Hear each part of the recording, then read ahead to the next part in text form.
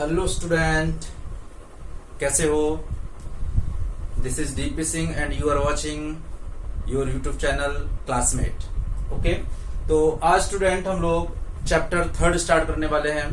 तो 2 चैप्टर हमारे हो चुके हैं और दोनों चैप्टर इलेक्ट्रोस्टैटिक के थे। ठीक है, और मैंने जब स्टार्टिंग में बताया था तब मैंने बोला था बच्चों कि इसमें इलेक्ट्रोस्टैटिक और इलेक्ट्रोडायनेमिक 2 सेक्शन में फिजिक्स को बांटा गया हुआ। तो स्टार्टिंग के जो फर्स्ट और सेकंड चैप्टर है वो इलेक्ट्रोस्टैटिक है। उसमें मैंने बताया था कि इलेक्ट्रोस्टैटिक का मतलब है कि electric charge which remains at a rest, मतलब वो रेस्ट पे था। फिर हमने उस चार्ज की वजह से इलेक्ट्रिक फील्ड निकाली, इलेक्ट्रिक फोर्स, कूलॉम्स लॉ, बहुत सारी चीजें डिस्कस की थी, डायपोल वगैरह वगैरह। ठीक, उसमें चार्ज हमेशा रेस्ट पे रहता था। ठीक, अब हम क्या करते हैं, इलेक्ट्रिक करंट क्या है, जैसे कि 10th में भी पढ़ चुके हो, है ना। कुछ चीजें इसका 10th का भी मैंने पढ़ा हुआ चीजें मिलेंगी इसमें। बहुत चैप्टर ये लेंदी भी है, ठीक है, कॉन्सेप्चुअल भी है, कॉम्पिटिटिव एग्जाम और बोर्ड एग्जाम में भी बहुत आता है। तो इसको बहुत डिटेल में बहुत अच्छे से पढ़ना है। तो अब हम जो पढ़ेंगे इलेक्ट्रिक करंट क्या है कि जो चार्ज हमारा रेस्ट पे था अब वो चार्ज हमारा मोशन में रहेगा। ठीक है, तो मोशन भी 2 तरह के होते हैं।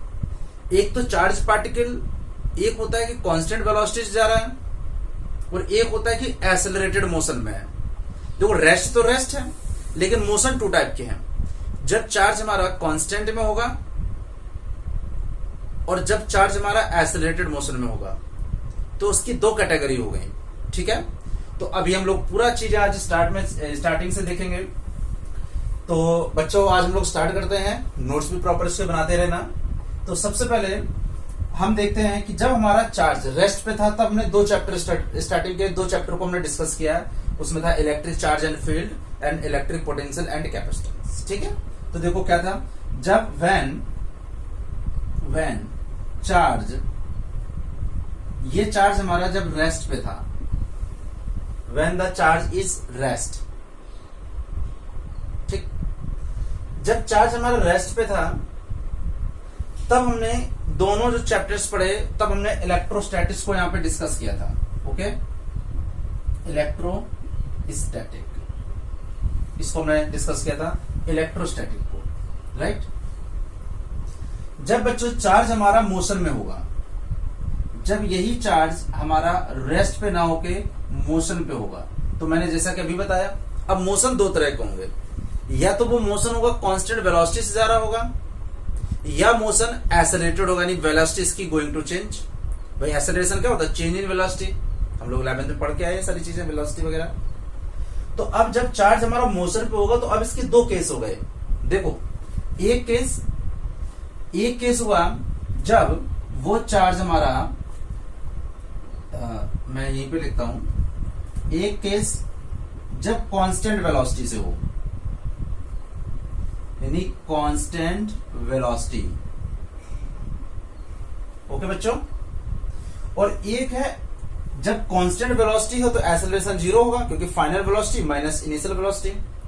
लेकिन जब कांस्टेंट वेलोसिटी से ना हो, यानी वेलोसिटी उसकी बढ़ रही हो या वेलोसिटी उसकी कम हो रही हो, इसका मतलब वो कैसा होगा, एक्सेलरेटेड मोशन होगा। तो हम ये कह सकते हैं मोशन एक तो कांस्टेंट वेलोसिटी हो गया और एक हो गया एक्सेलरेटेड मोशन। तो उसके 2 केस हो गए। जब कांस्टेंट वेलोसिटी से चार्ज पार्टिकल मूव करेगा, यानी उसकी वेलोसिटी स्टार्टिंग से लेके फाइनल तक एक समान रहेगी, उस समय हम पढ़ेंगे जो चैप्टर जो हम पढ़ने जा रहे हैं, current electricity. Current electricity, okay बच्चों। और जब हमारा चार्ज पार्टिकल एक्सेलरेटेड मोशन में होगा, मतलब उसकी वेलोसिटी गोइंग टू इंक्रीज और डिक्रीज व्हाटएवर, वो उसकी स्पीड बढ़ती जा रही है, तब हम जो चैप्टर पढ़ेंगे वो हम पढ़ेंगे मैग्नेटिज्म, इलेक्ट्रोमैग्नेटिज्म। ओके, ये तब क्या पढ़ेंगे, इलेक्ट्रोमैग्नेटिज्म, ये हम पढ़ेंगे। तो ये पूरा चार्ज पार्टिकल का क्लासिफिकेशन है। जब हमारा चार्ज रेस्ट पे था तब हमने स्टार्टिंग के 2 चैप्टर पढ़े, इलेक्ट्रिक चार्ज से इलेक्ट्रोस्टैटिक में 2, चैप्टर 1 चैप्टर 2। फिर जब चार्ज हमारा मोशन पे होगा तो उसकी 2 कैटेगरी, एक तो मोशन होगा जब उसकी कांस्टेंट वेलोसिटी से, तो हम चैप्टर 3 पढ़ेंगे। एक होगा जब हमारा एक्सेलरेटेड मोशन से, तब हम चैप्टर 4 और 5 पढ़ेंगे। तो ये पूरा है, इसको प्रॉपर नोट्स करो, समझ में आना चाहिए कि चार्ज का क्या है। जब चार्ज रेस्ट पे है तो वो अलग प्रॉपर्टीज होंगी, जब चार्ज कांस्टेंट वेलोसिटीज देगा तो इलेक्ट्रिक करंट होगा। यानी जो हम लोग कंडक्टर में करंट फ्लो होता है उसमें चार्ज पार्टिकल कांस्टेंट वेलोसिटी से आगे बढ़ते हैं। अभी हम देखेंगे, आज हम बहुत इंटरेस्टिंग चीज पढ़ने वाले हैं और आगे जब हम पढ़ेंगे इसमें ड्रिफ्ट वेलोसिटी का कॉन्सेप्ट बहुत डिटेल में इसको हम आज सीखेंगे। और जब वही कंडक्टर या किसी में जब हम देखते हैं कि जब एक्सेलरेटेड मोशन में वो चार्ज पार्टिकल मूव करता है तब इलेक्ट्रोमैग्नेटिज्म की प्रॉपर्टी हम लोग उस समय डिटेल में पढ़ेंगे चैप्टर नंबर 4 पे। ठीक है, तो ये सारी चीजें हैं, एक बार इसको नोट करते हैं। तो हमारा यानी इलेक्ट्रिक जो करंट इलेक्ट्रिसिटी है वो बेसिकली ये वाला पार्ट है। यानी जो ये इलेक्ट्रिसिटी में हम पढ़ने जा रहे हैं इसमें बच्चों हमारा जो चार्ज पार्टिकल है वो कांस्टेंट वेलोसिटी से आगे मूव करेगा। तो जबकि हम लोग जानते हैं, जब हम लोग अब इसको देखेंगे तब इस चीज को याद रखना, जब आगे अभी 20 मिनट्स के बाद में जब इस टॉपिक पे पहुंचेंगे तब मैं बताऊंगा कांस्टेंट वेलोसिटी से करंट इलेक्ट्रिसिटी, और अगर कांस्टेंट वेलोसिटी नहीं है तो इलेक्ट्रोमैग्नेटिज्म। ठीक है, तो इसको नोट कर लो। तो आज हम लोग चैप्टर स्टार्ट करते हैं। ये चैप्टर का एक बेसिक चीज थी कि क्या क्या नहीं, स्टार्टिंग के जो 4-5 चैप्टर्स है फिजिक्स में फर्स्ट बुक के, उसमें क्या है, गॉट इट। ठीक है, जल्दी से नोट करो। ये पूरा क्लासिफिकेशन हमने बताया है कि कब कब कौन से चैप्टर हमने पढ़े और कैसे पढ़े। ठीक है, चलो। तो अब हम बच्चों आज पढ़ते हैं इलेक्ट्रिक करंट इलेक्ट्रिसिटी में जो मेन एक है दैट इज इलेक्ट्रिक करंट। इसको नोट कर लेना, मैं बाद में इसके 20 मिनट के बाद में फिर इसी पे आऊंगा। ठीक है, तो अब हम बात करते हैं बच्चों इलेक्ट्रिक करंट। सब लोग 10th में पढ़ के आए हैं, सबको इलेक्ट्रिक करंट के बारे में पता है। ठीक है, हमने कहा था कि स्टार्टिंग की कुछ चीजें तुम्हें लगेगा जैसे तुमने 10th क्लास में पढ़ा होगा। ठीक है, लेकिन 10th जैसा नहीं है, बहुत डिटेल में चीजें हैं। तो इलेक्ट्रिक करंट क्या है सबको आई थिंक पता होगा। अगर हम कहें कि अगर कोई चार्ज फ्लो कर रहा है तो चार्ज के फ्लो होने को अगर हम टाइम के रिस्पेक्ट में कहें the rate of flow of charge is called electric current. यानी अगर मैं इसकी डेफिनेशन लिखूं तो तुम लिखोगे rate of flow of charge. ठीक है, रेट आने से ही टाइम अपने आप आ जाता है। ठीक है, तो हम क्या लिखते हैं, rate of flow of charge, rate of flow of charge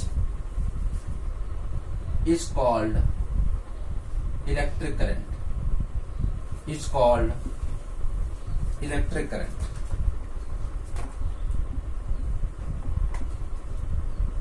okay, इसका मतलब अगर मैं बात करूं करंट की, करंट को हम आई से नोट करते हैं तो इलेक्ट्रिक चार्ज, यानी अगर हम सिंपल बात करूं तो चार्ज अपॉन ये क्या हो जाएगा बेटा, टाइम। बिल्कुल बेसिक से हम लोग चल रहे हैं। इसका मतलब क्या हुआ, अगर मुझे चार्ज यानी Q upon T, this is current. Okay, charge upon time. Okay, और अगर मुझे निकालना हो कि अगर इतने से इतने, मतलब अगर मैं कहूं कि भाई 0 से लेके 5 सेकंड में कितना करंट हुआ, तो मुझे ये देखना पड़ेगा 0 सेकंड से 5 सेकंड के बीच में कितना चार्ज फ्लो हुआ। तब हम बात करते हैं एवरेज करंट की। देखो करंट भी 3 तरह के होते हैं, जैसे हमने उसमें 11th में पढ़ा था इंस्टेंटेनियस वेलोसिटी, एवरेज वेलोसिटी। तो आप याद है ना, जब किसी टाइम इंस्टेंट पे निकालना होता तो इंस्टेंटेनियस वेलोसिटी। ऐसे ही जब किसी टाइम में अगर T1 से T2 में कितना चार्ज फ्लो हो रहा है, मैं कह रहा हूं कि 2 सेकंड से 10 सेकंड के बीच में मुझे बताना है, एवरेज करंट। और इंस्टेंटेनियस का मतलब होता है उसी किसी सर्टेन टाइम पे ही निकालना हो। सर्टेन टाइम का मतलब क्या है कि उसी टाइम इंस्टेंट पे जब डेल्टा T टेंड्स टू 0 हो जाता है। ठीक है, ओके, तो अगर हम बात करें इसकी I इक्वल टू, तो अब हम आते हैं एक तो एवरेज करंट। तो देखो अगर हम बात करते हैं एवरेज करंट, तो एवरेज करंट इसको हम लिखते हैं I एवरेज। तो I एवरेज कितना हो जाएगा, delta Q upon delta T। इसका मतलब क्या होगा बच्चों, Q2 minus Q1 upon T2 minus T1। यानी अगर मुझे निकालना होता है, मान लो कि भाई 5 सेकंड से 10 सेकंड के बीच में कितना, तो एवरेज करंट आता है 5 सेकंड में कितना चार्ज फ्लो हुआ माइनस फाइनल चार्ज यानी Q2 minus Q1 upon T2 minus T1, ये एवरेज करंट हो गया। क्लियर। अब बात करते हैं अगर इंस्टेंटेनियस निकालना होता, जब यही डेल्टा T टेंड्स टू 0 हो जाए किसी सर्टेन टाइम ऑफ इंस्टेंट पे, जब ये डेल्टा टी क्या हो जाए, 0 हो जाए, तब हम इसको बोलेंगे इंस्टेंटेनियस करंट। जैसे वहां पे इंस्टेंटेनियस वेलोसिटी होता था। क्लियर हुआ? ठीक है। तो अब हम नेक्स्ट देखते हैं इंस्टेंटेनियस करंट। तो देखो, अगर मुझे निकालना हो इंस्टेंटेनियस, आई इंस्टेंटेनियस, तो ये क्या हो जाएगा बेटा, D Q upon D T. मतलब क्या हुआ, इंस्टेंटेनियस का मतलब समझ में आ गया। अगर हमारा डेल्टा टी टेंस टू क्या हो जाए, व्हेन लिख सकते हो, when delta T tends to 0, जब टाइम जो है 0 हो जाए, जब टाइम टेंस टू 0 हो जाए, उस समय हम बोलेंगे इंस्टेंटेनियस करंट। तो इतना पहले नोट कर लो, बहुत सिंपल थी। इसको मैंने थोड़ा जल्दी इसलिए पढ़ाया क्योंकि ये चीजें तुम 10th में भी पढ़ चुके हो, केवल ये एक नई है, वो भी कोई नया नहीं है। जब rate of flow of charge किसी एक सर्टेन टाइम ऑफ इंस्टेंट पे निकालना हो, इन टाइम मैं कहूं कि भाई t=5 सेकेंड में किसी एक सर्टेन टाइम पे निकालना हो, तब इसमें एवरेज नहीं निकाल सकते हो, तब उसमें हम कैलकुलस यूज करेंगे, D Q by D T, यानी rate of flow of charge per unit time. Okay, तो this is the instantaneous current. Clear? काफी आसान है, नोट भी कर लिया होगा बच्चों ने। तो 2 फॉर्मूले में याद रखने पड़ेंगे, मैं लिखता जा रहा हूं। एक आई एवरेज हो गया delta Q upon delta T, और एक आई इंस्टेंटेनियस इक्वल टू हो गया D Q upon D T. तो ये 2 फॉर्मूले हैं, इनको याद रखना है। हम लोग जो न्यूमेरिकल करेंगे उसमें इन चीजों को देखेंगे। ठीक है, तो इंस्टेंटेनियस करंट हो गया D Q by D T. अच्छा, अगर मैं इसकी ऐसा यूनिट की बात करता हूं तो देखो, अभी मैं पढ़ चुका हूं, देखो यहीं पे मैं बता दे रहा हूं। अगर करंट कूलॉम, चार्ज की क्या होती है कूलॉम, और टाइम है सेकंड, तो देखो अगर करंट की ऐसा यूनिट निकालनी है तो कूलॉम पर सेकंड, और उसी को हम एम्पियर बोलते हैं। तो देखो क्या हो गई, अगर मुझे इसकी ऐसा यूनिट की बात करनी हो तो देखो ऐसा यूनिट क्या हो जाएगी, कूलॉम पर सेकंड, और इसी को हम बोलते हैं एम्पियर, जिसको हम कैपिटल ए से डिनोट करते हैं। Got it? तो ये लिख लो, ऐसा यूनिट हो गई कूलॉम, क्योंकि आई होता है क्यू अपॉन टी। ठीक है, क्यू अपॉन टी, तो यहाँ पे क्यू चार्ज है कूलॉम, टाइम है सेकंड, कूलॉम पर सेकंड को ही हम एम्पियर कहते हैं। तो एक चीज याद हो गई कि इसकी जो यूनिट है दैट इज एम्पियर। क्लियर हुआ बच्चों? ठीक, बेसिक चीज है, बहुत समझ में अच्छे से आ रहा होगा। अब हम देखते हैं कि इलेक्ट्रिक करंट हमारा स्केलर है या वेक्टर क्वांटिटी है। पहले तो हम ये चीज देखते हैं कि, तो समझ में आ गया, ये rate of flow of charge is called electric current, और करंट होता है चार्ज अपॉन टाइम, तो क्यू अपॉन टी। ये एवरेज हो गया तो delta Q upon delta T, instantaneous हो गया तो D Q upon D T, है यही बेसिकली। ओके ओके, अब हम अगर देखते हैं कि जो इलेक्ट्रिक करंट है बच्चों, ये हमारा कैसा है, ये स्केलर है, वेक्टर है, या क्या है। देखो जनरली अगर मुझे ये देखना हो कि इलेक्ट्रिक जो करंट है, जनरली हम जो वायर में देखते हैं तो हम हमेशा एरो लगाते हैं कि भाई I = 5 एम्पियर का करंट अगर गया, तो ये देखने में तो लगता है कि इसका मैग्नीट्यूड भी है करंट में। ये बड़ा क्लास में डिस्कशन का एक टॉपिक होता है कि करंट है, ये तो वेक्टर है, वेक्टर जैसा लग रहा है क्योंकि इसमें मैग्नीट्यूड भी है 5 एम्पियर, यानी 5 का मैग्नीट्यूड है, और डायरेक्शन भी दे रहा है, तो लगता तो वेक्टर जैसा है ना। ये लगता है कि ये वेक्टर क्वांटिटी है, लेकिन ये वेक्टर क्वांटिटी नहीं होता है। जनरली इसको हम 2 तरह से देखते हैं। एक तो वेक्टर क्यों नहीं होता है, उसके बहुत सारे रीजन हैं। देखो, वेक्टर में अगर वेक्टर क्वांटिटी हम मानते तो उसके वेक्टर्स के कुछ रूल्स होते हैं, उसको फॉलो करने चाहिए। जैसे एक हम वेक्टर एडिशन पढ़ते थे, याद करो, अगर वेक्टर होता था तो मैं ये कहता था अगर 2 रिजल्टेंट हैं, अगर यहाँ पे वेक्टर ए है और यहाँ पे वेक्टर बी है, तो उसका जो एडिशन होता था उसके एंगल पे, थीटा पे भी डिपेंड करता था। लेकिन इसमें ऐसा नहीं है। अगर यहाँ पे 3 एम्पियर का करंट जा रहा और अगर यहाँ पे 5 एम्पियर का करंट जा रहा, तो 100% यहाँ पे 8 एम्पियर का करंट जाएगा। अगर यहाँ पे थीटा कुछ भी हो, डजंट मैटर, यहाँ पे 8, यानी ये अर्थमेटिक का सम को यूज करता है। देखो 3 + 5, यहाँ डिपेंड नहीं कर रहा है कि ये किस एंगल से जा रहा हो। अगर हम यहाँ पे यहाँ ऐसे मान लेते हैं, यहाँ से करंट जा रहा 3 एम्पियर का, यहाँ से आ रहा 5 एम्पियर का। अब भले ये 90 डिग्री है, लेकिन यहाँ पे भी करंट क्या होगा 8 एम्पियर। इसका मतलब क्या होगा बच्चों, इसके थीटा पे डिपेंड नहीं कर रहा। इसका मतलब इसका जो एडिशन है वो वेक्टर की तरह नहीं हो रहा है। वेक्टर जैसा लगता तो है, लेकिन ये जो वेक्टर में हमारा लॉ ऑफ पैरेललोग्राम होता था, या हम लोग रिजल्टेंट वेक्टर निकालते थे, तो हम लोग याद करो रिजल्टेंट वेक्टर में हम लोग निकालते थे इसका under root a square plus B square plus 2ab cos theta. हमारा cos थीटा पे भी डिपेंड करता था। उन दोनों वेक्टर के बीच में एंगल क्या है उस पर भी डिपेंड करता था। लेकिन करंट में ऐसा कुछ नहीं हो रहा। अगर यहाँ पे 2 एम्पियर करंट जा रहा है, यहाँ पे 3 एम्पियर का जा रहा है तो 5 एम्पियर होगा। अगर यहाँ 3 एम्पियर का जा रहा है, यहाँ 5 एम्पियर का तो 8 एम्पियर का होगा। इसका मतलब ये वेक्टर एडिशन के रूल को फॉलो नहीं करता है। इसका मतलब ये वेक्टर नहीं है, और जो वेक्टर नहीं है इसका मतलब ये स्केलर है। तो पहला तो ऑप्शन समझ में आ गया, ये स्केलर क्वांटिटी होती है, स्केलर क्वांटिटी। लेकिन बहुत सारे जब कभी तुम ऑब्जेक्टिव क्वेश्चन करोगे, वहां पे अगर स्केलर ना हो और अगर ये टेंसर हो, तो जनरली बहुत सारा जब आगे पढ़ोगे तो इसको हम टेंसर क्वांटिटी भी कहते हैं, क्योंकि इसका डायरेक्शन तो चेंज हो रहा है बट मैग्नीट्यूड इसका उतना ही रहता है। तो ऐसी क्वांटिटी को हम प्योर वेक्टर ना करके टेंसर कह देते। तो ये वर्ड याद रखना, अगर ऑप्शन में टेंसर है कि करंट कैसा है, वेक्टर है, स्केलर है, और अगर टेंसर वर्ड यूज ना हो तो स्केलर को ही टिक करना, फिर वो वेक्टर नहीं है। लेकिन अगर टेंसर वर्ड भी यूज हो रहा है तो फिर तुम इसको टेंसर ही बोलोगे। ये चीज ध्यान रखना।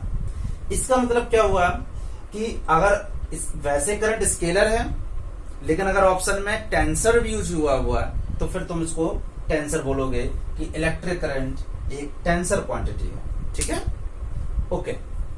तो ये कंफ्यूजन दूर हो गया।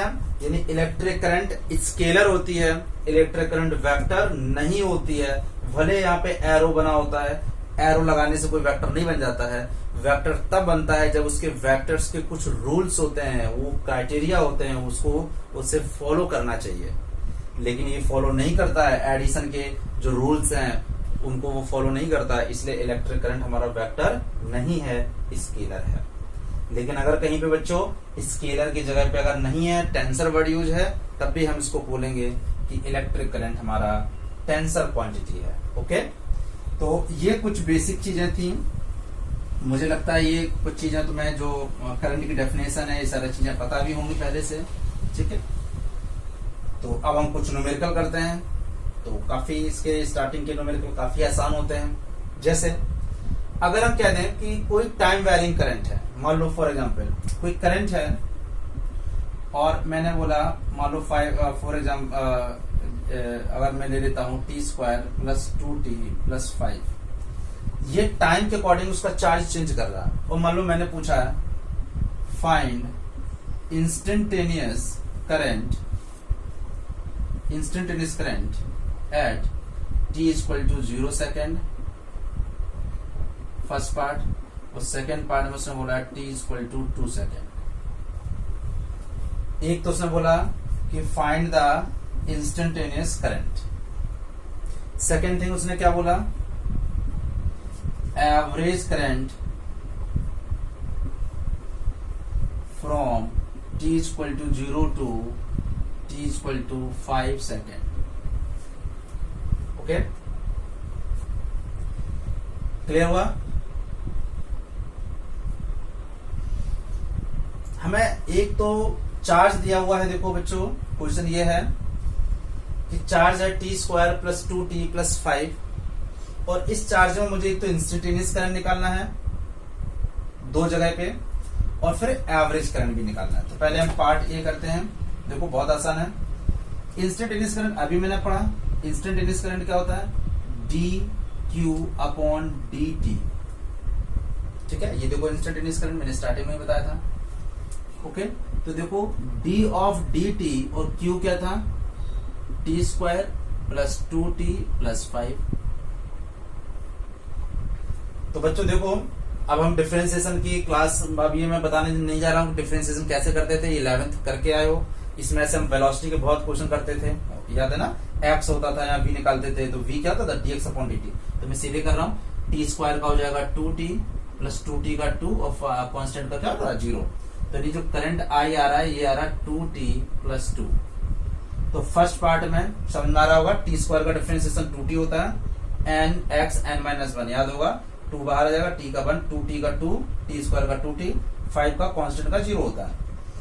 पहला उसने बोला है t इक्वल टू 0 सेकंड पे मुझे बताना है। तो t जैसे 0 रखोगे तो यहाँ पे 0 रखोगे तो ये 0 हो जाएगा, केवल 2 बचेगा। तो सॉरी, तो t इक्वल टू 0 पे करंट कितना है, 2 एम्पियर का।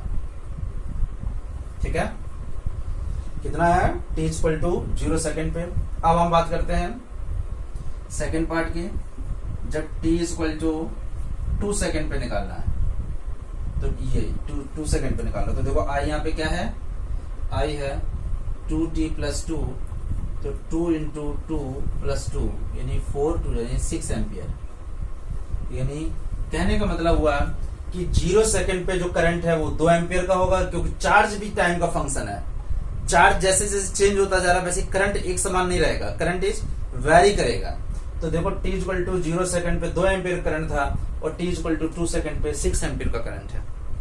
तो बहुत आसान था फर्स्ट पार्ट। इंस्टेंटेनियस करंट निकालने के लिए अगर चार्ज दिया है तो हमें सीधे सीधे क्या करना है, I equal to D Q by D T. जिनको डिफरेंशिएशन में दिक्कत आ रही है वो डिफरेंशिएशन को पहले तैयार करेंगे, ठीक है। तो I वैसे आता ही होगा क्योंकि हम लोग फर्स्ट सेकंड चैप्टर पढ़ के आए हैं।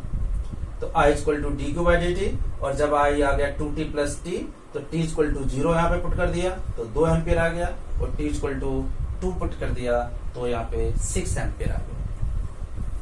ओके बच्चों, तो यहां से ये समझ में आ गया कि अगर तुम्हारा इंस्टेंटेनियस करंट है, अगर चार्ज दिया है टाइम वेरिंग, मतलब charge is a function of time, तो तुम करंट निकाल सकते हो, इंस्टेंट करंट निकाल सकते हो। अब हम बी निकालने जा रहे हैं, एवरेज करंट। क्लियर हुआ? This is the instantaneous current. Her time instant पे देखो अलग अलग है। देखो क्यों, क्योंकि यहाँ पे इंस्टेंट पे अलग अलग क्यों है, क्योंकि आई टाइम का फंक्शन है और टाइम चेंज होता रहता है। ओके, इसलिए करंट बदलता जाएगा। अगर हम 10 सेकंड पे निकालता तो t 10 रख देता, 10 तो 20 2 यानी 22 एम्पियर का करंट हो जाता। अगर टाइम 0 होता तो 2 एम्पियर का करंट है। ठीक है, तो ये समझ में आ गया होगा। यानी फर्स्ट पार्ट हो गया इंस्टेंटेनियस करंट, ऐसे निकलेगा। ठीक है, अब हम बात करते हैं एवरेज करंट की। ठीक है,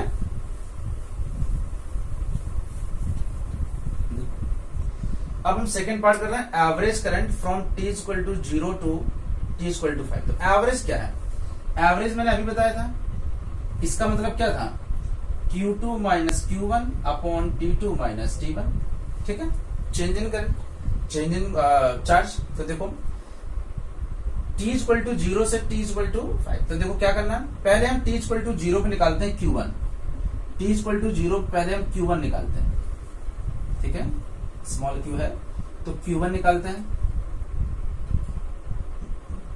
Q1 0 जैसे रखेंगे तो यहाँ पे 5 कूलम आ जाएगा। देखो कूलम में चार्ज है तो 0 0 यानी 5 कूलम आ गया। और t इक्वल टू अगर मैं 5 सेकेंड पे निकालूं तो T2 पे यहाँ पे कूलम आ जाएगा। 5 सेकेंड रखते हैं तो 5 का स्क्वायर 25 प्लस 5 टू 10 प्लस 5, तो 25 5 30 नहीं 40 कूलम Q2। तो देखो क्या आ जाएगा बच्चों, इसका मतलब अब मुझे आई एवरेज निकालना है। ध्यान देना, आई एवरेज अगर निकालना है तो आई एवरेज कैसे निकलेगा, Q2 minus Q1 upon T2 minus T1। तो Q2 क्या था 40 माइनस Q1 क्या था 5, और इधर क्या था 5 माइनस 0। तो 40 में क्या है 35 अपॉन 3, यानी यहाँ पे सॉरी 30 अपॉन 5, तो यहाँ पे आ जाएगा 7 एम्पियर आई एवरेज। ध्यान दो बच्चों, अगर हमें आई एवरेज निकालना है, एवरेज करंट, तो हम इस तरह से निकालेंगे। एवरेज का मतलब है जब प्रॉपर टाइम का मतलब है जब तुम्हें अच्छा खासा टाइम मिले कैलकुलेट करने के लिए। मतलब उसने बोला t इक्वल टू 0 सेकेंड से t is equal to 5 second, एक तो ये एवरेज 5 सेकेंड। और अगर मैंने कहा t इज इक्वल टू 0 पे बताओ, यानी क्विकली तुमसे ये बोला जाए तुरंत उसी टाइम इंस्टेंट पे तुरंत बताओ t is equal to 10 second पे, तो वो इंस्टेंट हो गया उस खास टाइम पे।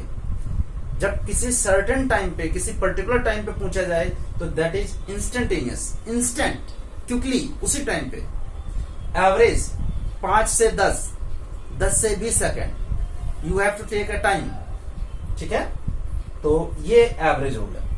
तो एवरेज निकालना बड़ा आसान है। t is equal to 0 second पे पहले हमने चार्ज निकाला Q1, t is equal to 5 second पे फिर निकाला Q2, और I एवरेज निकालने के लिए हमने फॉर्मूला लगा दिया Q2 minus Q1 upon T2 minus T1। Got it. तो ये आ गया। जब चार्ज हमारा टाइम का फंक्शन हो तो इंस्टेंट करंट कैसे निकालना है, dq बाई dt। और चलो जल्दी से,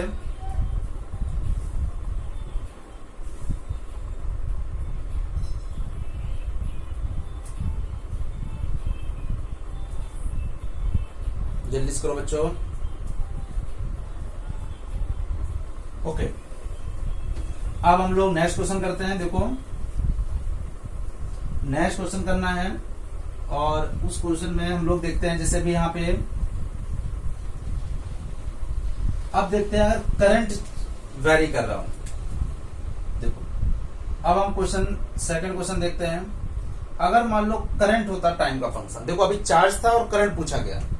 अब हम देखते हैं कि करंट देते हैं और चार्ज पूछते हैं। याद करो 11th में पूछा था जब एक्स दिया जाए और वेलोसिटी पूछी जाए, या वेलोसिटी दिया जाए तो एक्सेलरेशन पूछा जाए, और एक क्वेश्चन होता है जब एक्सेलरेशन दिया जाए और वेलोसिटी पूछी जाए। याद है ना? ठीक है। तो देखो अब मान लो अगर मैं टाइम का हूं तो मान लो for example t square plus 2t plus कुछ भी लिख लो, चलो मैंने 2 ले लिया। ये करंट है। Current is going to change. Current एक वेरिएबल करंट है। वेरिएबल क्यों है? करंट टाइम का फंक्शन है। Current is a function of time. तुमसे ये पूछा गया कि अब चार्ज बताना है। जब करंट 0 से फाइंड द चार्ज, कब? From 0 to 2 second. मान लो ये बोल दिया गया तुमसे कि तुम्हें चार्ज बताना। अब देखो अभी उसमें चार्ज दिया था, करंट पूछा था। अब उसने करंट दिया है, चार्ज पूछा है। तो देखो बड़ा आसान है, सॉल्व करते हैं इसको। तो देखो मुझे पता है इंस्टेंटेनियस करंट क्या होता है, dq बाई dt। बड़ा आसान है, ठीक है। अब उसने करंट दिया हुआ, तुमसे चार्ज पूछ रहा है, कोई नहीं, क्रॉस मल्टीप्लाई कर दो। देखो क्रॉस मल्टीप्लाई करेंगे तो dq is equal to i dt। और याद है हम इंटीग्रेट कर देते, इंटीग्रेटिंग ऑन बोथ साइड। जैसे हम इंटीग्रेट करेंगे तो dq is equal to i dt। देखो ध्यान दो, जब dq से q निकालना हो तो हम इंटीग्रेट करेंगे, ठीक है, ओके। और कैसे निकालेंगे हम? मुझे टाइम पता है, 0 सेकेंड से क्या निकालना है, 2 सेकेंड तक। तो इसको इंटीग्रेट कर देंगे फ्रॉम 0 से 2 सेकेंड। तो देखो यहां से इंटीग्रेट करेंगे तो यहां से q आ जाएगा, और i हमारा फंक्शन ऑफ टाइम दिया हुआ है बच्चों 0 से 2, और i दिया है t square plus 2t plus 2, ध्यान देना, और dt। इंटीग्रेशन सबको पता है, नहीं पता है तो पता करना चाहिए उनको, ठीक है। सीधे सीधे क्या करेंगे, टी स्क्वायर का क्या हो जाएगा, 2 प्लस 1 क्यूब अपॉन 3। अब मैं बताने नहीं जा रहा हूँ डिटेल में। टी 1 प्लस 1 नहीं हो जाएगा, टी स्क्वायर अपॉन 2, और 2 का 2t हो जाएगा, और लिमिट लग जाएगी 0 से 2, ठीक है। तो ध्यान दो, याद नहीं आ रहा तो देख लो, x की पावर n होता था, इंटीग्रेशन में एक पावर बढ़ जाती थी, n plus 1 upon n plus 1, plus एक कांस्टेंट लग जाता था। डिफरेंशिएशन में एक पावर कम होती है, इंटीग्रेशन में एक पावर बढ़ जाती है। देखो यहाँ पे n प्लस 1 होता है अपॉन n प्लस 1, और डिफरेंशिएशन होता है n x n माइनस 1, एक पावर डिक्रीज कर जाती थी। देखो स्क्वायर था, क्यूब हो गया, पावर 1 थी तो स्क्वायर हो गया, कांस्टेंट की पावर मतलब 0 थी तो पावर 1 हो गई। डिफरेंशिएशन में 0 हो जाता है, इंटीग्रेशन में 0 नहीं होता है, ठीक है। तो इसको मैं रब कर दे रहा हूं। अब हमें क्या करना है, अब हमें यहाँ पे लिमिट लगा देनी है। ओके, 2 से 2 पहले काट दो, तो 2 पहले रखेंगे तो यहाँ पे हो जाएगा 8/3 प्लस 2 यहाँ रखेंगे तो 4 हो जाएगा, प्लस 2 यहाँ रखेंगे तो ये भी 4 हो जाएगा। ओके, और माइनस लोअर लिमिट रखेंगे तो 0 0 0 सब कुछ 0 हो जाएगा, यानी ये 0 हो जाएगा। तो ये हो जाएगा तुम्हारा 8/3 प्लस 8। सॉल्व कर देंगे,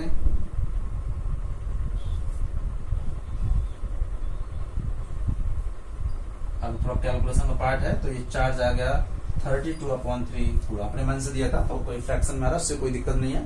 ठीक है, तो कहने का मतलब है जब करंट टाइम का फंक्शन हो तो चार्ज कैसे निकालना हो, बड़ा आसान है। तो इसका मतलब दो चीजें हो गई।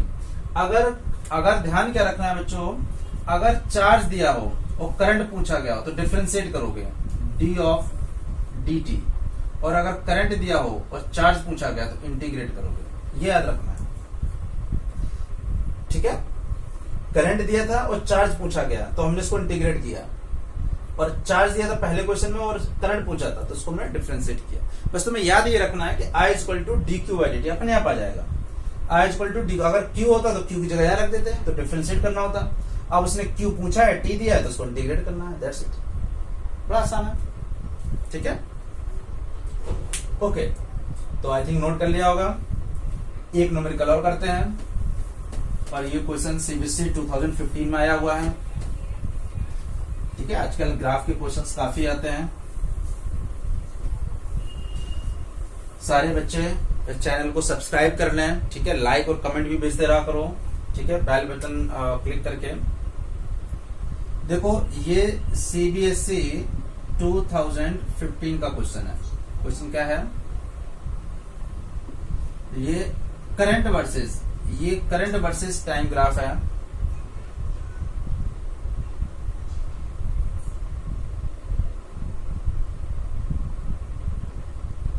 ये सेकंड में मान लो और ये एम्पियर में मान लो, कोई फर्क नहीं पड़ता है इससे।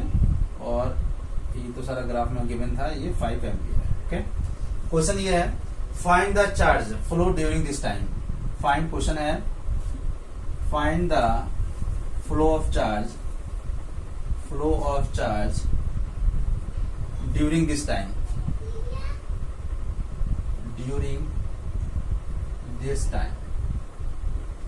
तो बच्चों, ये CBSE 2015 का क्वेश्चन है, कोई बड़ा कठिन काम नहीं है। देखो, उसने बोला कि एक I वर्सेस T यानी करंट वर्सेस टाइम का एक ग्राफ दिया है, और उसने पूछा है कि 10 सेकंड में कितना चार्ज फ्लो हो रहा है, ये मुझे बताना है। देखो, करंट वर्सेस टाइम ग्राफ, तो देखो एक चीज देखो, कभी भी इसका अगर एरिया निकालना हो तो देखो, area under the IT graph हमेशा चार्ज देता है।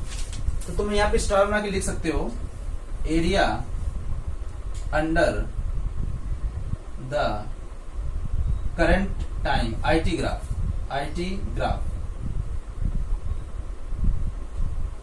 gives charge flow,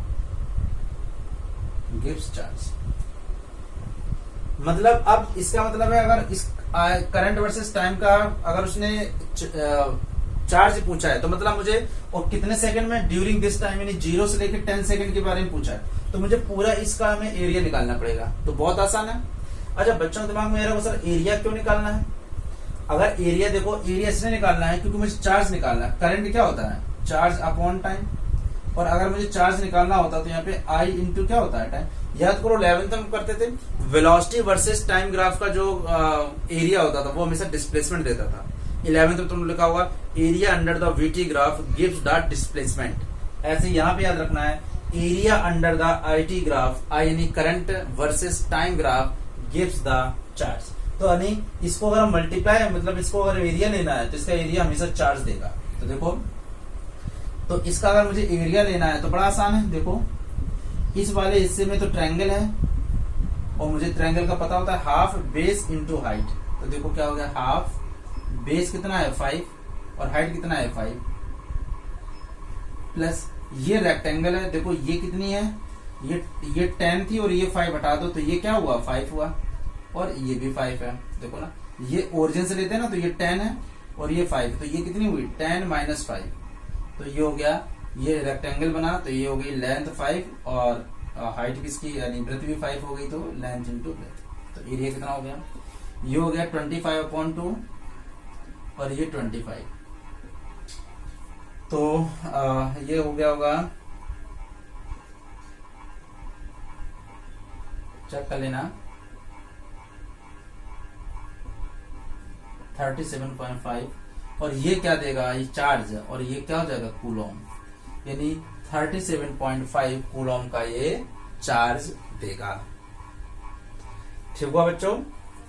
तो ये सिंपल सी चीज थी कि अगर आईटी लिख लेना स्टार बना के, area under the IT graph या IT curve gives the flow of charge, और वो टाइम बताएगा, 0 से 10 सेकंड में था तो मैंने पूरा एरिया निकाला, अगर वो कहता चार्ज बताना 5 to 10 सेकंड में तो केवल ये होता यानी 25, अगर कहता 0 से 5 सेकंड में बताना है तो केवल 12.5 कूलम का चार्ज होता है। जितना टाइम में पूछेगा उतने ही टाइम तक का मुझे एरिया को निकाल लेना है। ठीक है, फॉलो जल्दी से।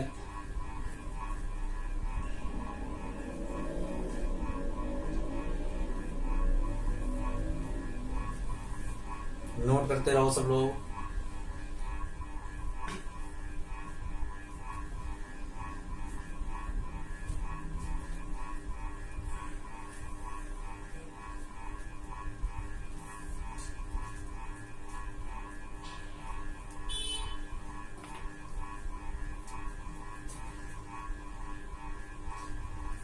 और स्टार बना के लिख भी लिया करो जो कर रहे हो कि area under the IT curve gives the charge, flow of charge. Okay, चलो बेटा, अब हमें क्या करना है, आप ये तो एक पार्ट हुआ, अब इसके बाद हम लोग काफी इंपॉर्टेंट पार्ट को डिस्कस करने जा रहे हैं। तो इंपॉर्टेंट नहीं, एक्चुअली वेरी इंपॉर्टेंट है। ठीक है, तो अब हेडिंग डालो, कॉन्सेप्ट ऑफ ड्रिफ्ट वेलोसिटी।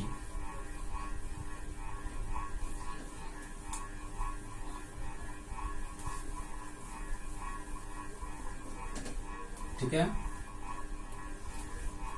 तो आज हम लोग लिखने जा रहे हैं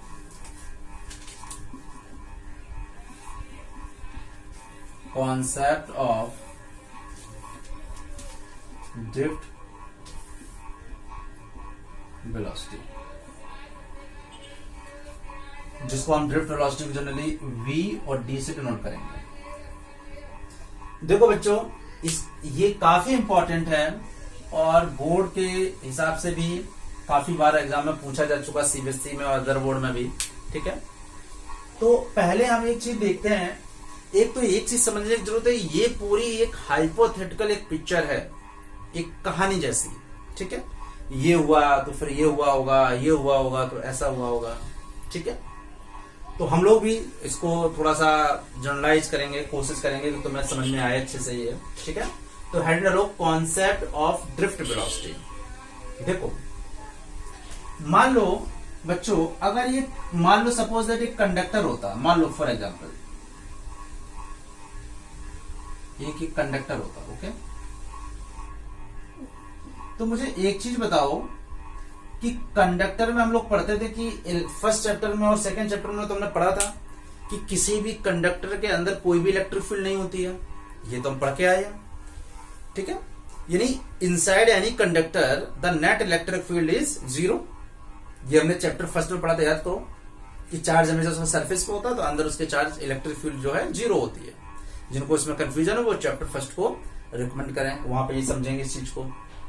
तो कहने का मतलब क्या हुआ कि जैसे कोई मेटल की रॉड यहाँ पे रखी हुई है, पड़ी हुई है, और जब कोई मेटल, मान लो कोई कॉपर की रॉड है, कोई आयरन की रॉड पड़ी हुई है, तुम छत पे गए, एक रॉड पड़ी हुई है, तुमने उसको उठाया, तो उठाते समय क्या तुम्हें कोई करंट लगा?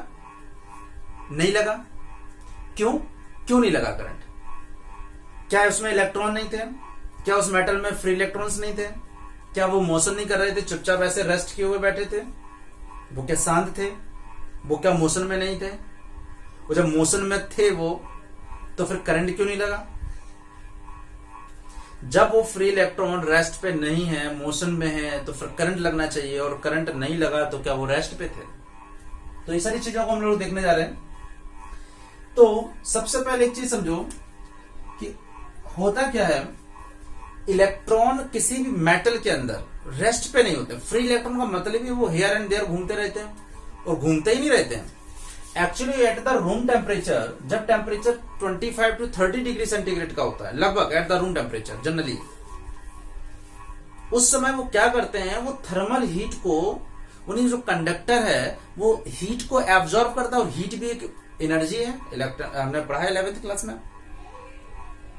तो जब वो हीट को एब्जॉर्ब करता है वो कंडक्टर, क्योंकि वो हीट का गुड कंडक्टर होता है, तो जब वो हीट एनर्जी इलेक्ट्रॉन्स को मिलती है तो उनके बीच में रैंडम मोशन होता है, जिसको ना जिगजैग मोशन कहते हैं। मान लो एक इलेक्ट्रॉन यहां था, फिर उधर गया, इधर गया, इधर गया, इतना ज्यादा वो मोशन करता है। इसका मतलब क्या हुआ, इसका मतलब ये हुआ कि उनकी अगर हम एवरेज स्पीड निकालें तो बहुत ज्यादा होगी, क्योंकि स्पीड तो डिस्टेंस अपॉन टाइम होता है। लेकिन जो वेलोसिटी होती है, एवरेज वेलोसिटी, इंडिविजुअल एक इलेक्ट्रॉन की वो बहुत ज्यादा हाई वेलोसिटीज पे होते हैं, अप्रोक्स 10⁵ मीटर पर सेकंड पे। उनकी जो वेलोसिटी होती है वो जबरदस्त वेलोसिटी होती है, लेकिन वो वेलोसिटी किसी काम की इसलिए नहीं होती है क्योंकि उनके जो कंपोनेंट हैं, कोई इधर आ रहा होगा तो कोई उधर जा रहा होगा, तो वो एक दूसरे के वेक्टर का जो है एक दूसरे को कैंसिल कर देते हैं। क्योंकि एक मेटल में कोई 10-5 इलेक्ट्रॉन्स तो होते नहीं, billions of billions number of free electrons हैं, और they are moving here and there. तो उनकी जो वेलोसिटी कंपोनेंट है, वेलोसिटी जो वेक्टर क्वांटिटी, तो उनके जो कंपोनेंट हैं वो एक दूसरे को कैंसिल करते रहते हैं। तो एवरेज में जो पिक्चर होता है, वो जो एवरेज वेलोसिटी होती है दैट इज 0 होती है। इसलिए जो हम रॉड को उठाते हैं, छत पे जो पड़ा हुआ रॉड होता है, उसमें हमें करंट नहीं लगता है। इंडिविजुअल इलेक्ट्रॉन में तो वेलोसिटी होती है, वो वेलोसिटी बिल्कुल ऐसा नहीं है कि थोड़ी बहुत होती है, लगभग 10⁵ मीटर पर सेकंड की होती है, और 10⁵ सेकंड बच्चों बहुत ज्यादा होती है। अगर इसमें 0.5 जीरो लगाओगे तो अप्रोक्स 1,00,000 हो जाएगी। इसको रियलाइज करो, 1,00,000 का मतलब समझ रहे हो, 1,00,000 मीटर पर सेकंड की स्पीड, उसकी वेलोसिटी कितनी जबरदस्त होती है। वो नन्हे से इलेक्ट्रॉन के पास, एक इलेक्ट्रॉन के पास इतनी वेलोसिटी होती है। लेकिन एक रॉड में इतने नंबर ऑफ इलेक्ट्रॉन्स होते हैं, और वो हियर एंड देयर मूव करते रहते हैं, तो उनका जो कंपोनेंट है वेलोसिटी के, जो वेक्टर कंपोनेंट है, वो एक दूसरे को कैंसिल कर देते हैं। तो नेट में फाइनल जो रिजल्ट आता है that is 0।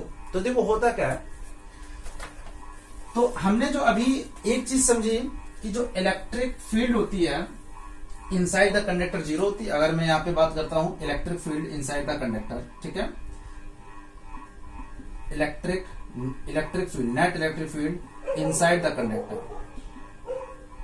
Inside the conductor is 0।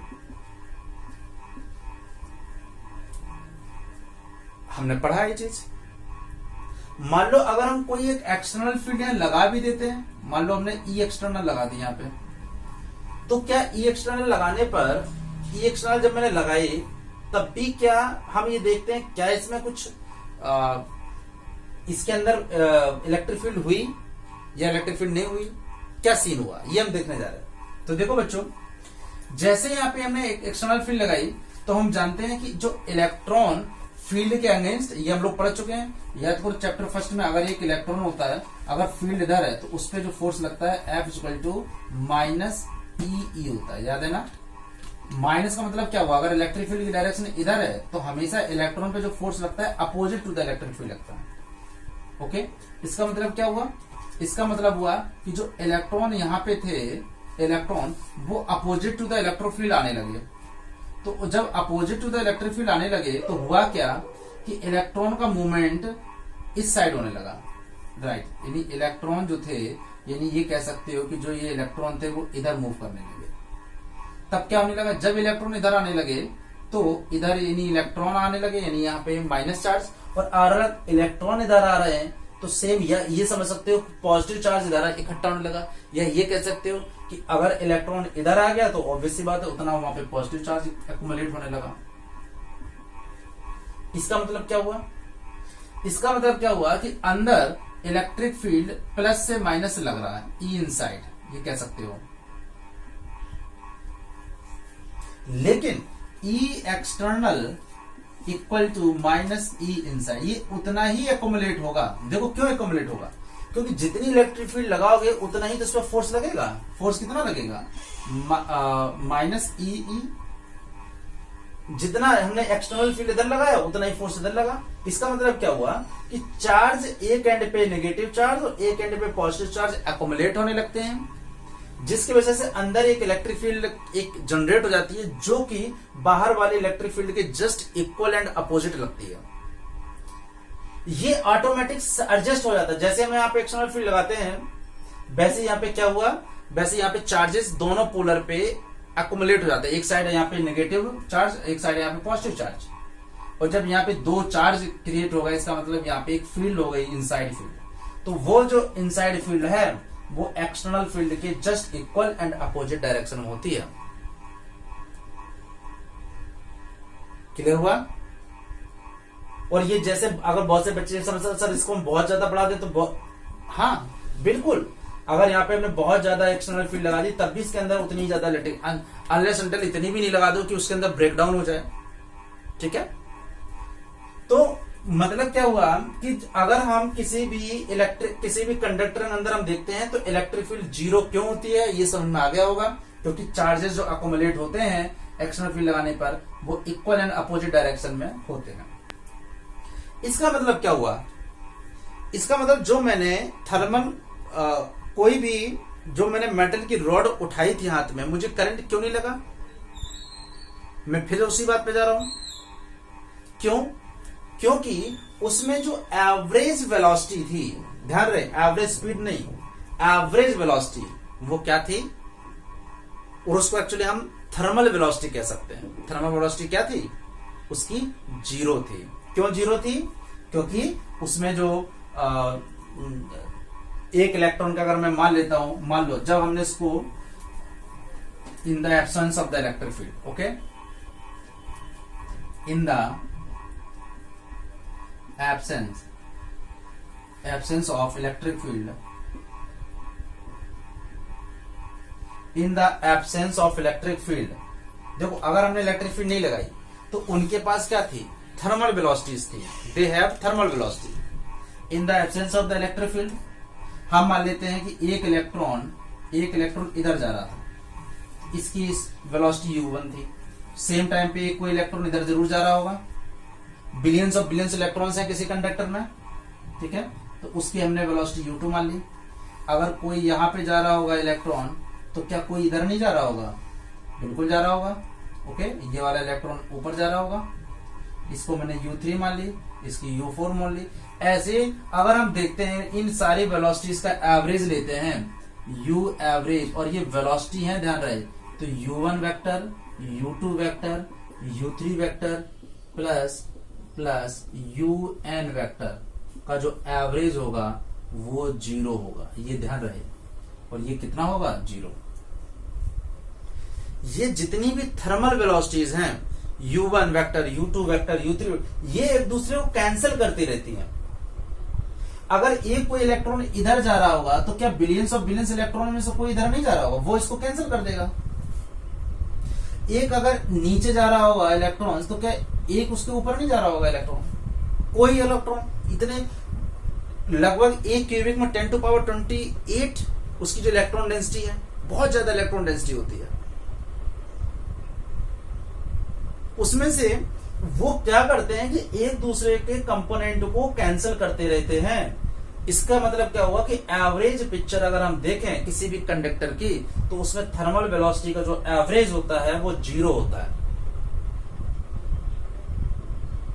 Okay, starting की बात कर रहा हूं। यही कारण है कि वो जो मेटल की रॉड पड़ी हुई होती है उसको उठाने पे तुम्हें करंट क्यों नहीं लगता है, करंट इसलिए नहीं लगता है क्योंकि उनका जो एवरेज है वो जीरो होता है।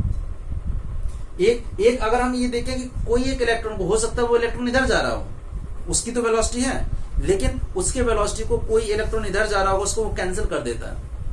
कोई इलेक्ट्रॉन इधर जा रहा है तो हो सकता है एक इलेक्ट्रॉन सेम, हर इलेक्ट्रॉन की वेलोसिटी अलग अलग है, हर इलेक्ट्रॉन की डायरेक्शन अलग अलग है। इतना ज्यादा रैंडमनेस है, इसलिए हम कहते हैं कि वो इलेक्ट्रॉन जिगजैग मोशन पे मूव करते हैं और उनका जो ओवरऑल जो एक्चुअल में जो एवरेज वेलोसिटी होती है वो जीरो होती है। ये सारी स्टोरी है, ये कोई एक्चुअल में नहीं है कि किसी ने जाके इलेक्ट्रॉन्स की मोशंस को देखा होगा कि एक इलेक्ट्रॉन की वेलोसिटी इधर है, एक इलेक्ट्रॉन की वेलोसिटी इधर है। ठीक है, ये सब रैंडमनेस है। ठीक है, तो ये एक तो ये समझ में आ गया कि जब तक हम उसको कंडक्टर को किसी बैटरी से नहीं जोड़ते, मान लो एक कंडक्टर है, इसको जब तक हम बैटरी से नहीं जोड़ते हैं, जब बैटरी जैसे जोड़ते हैं एक प्लस और एक माइनस से, वैसे इसमें करंट आ जाता है। लेकिन जब तक हम इसको बैटरी से नहीं जोड़ा है, हमने सिर्फ एक कंडक्टर पड़ा हुआ था और इसको अगर हमने देखा तो हम ये देखते हैं कि इसमें कोई हम उसको अगर टच भी कर लिया तो बिल्कुल मुझे करंट का रियलाइजेशन नहीं होता। समझ में आया? जबकि इसमें थर्मल वेलोसिटी है, हर इलेक्ट्रॉन की जबरदस्त वेलोसिटी होती है 10⁵ मीटर पर सेकंड की, बहुत वेलोसिटी है। ये एक इलेक्ट्रॉन लगभग 10⁵ मीटर पर सेकंड की स्पीड से मूव करता है और ये बहुत ज्यादा स्पीड होती है।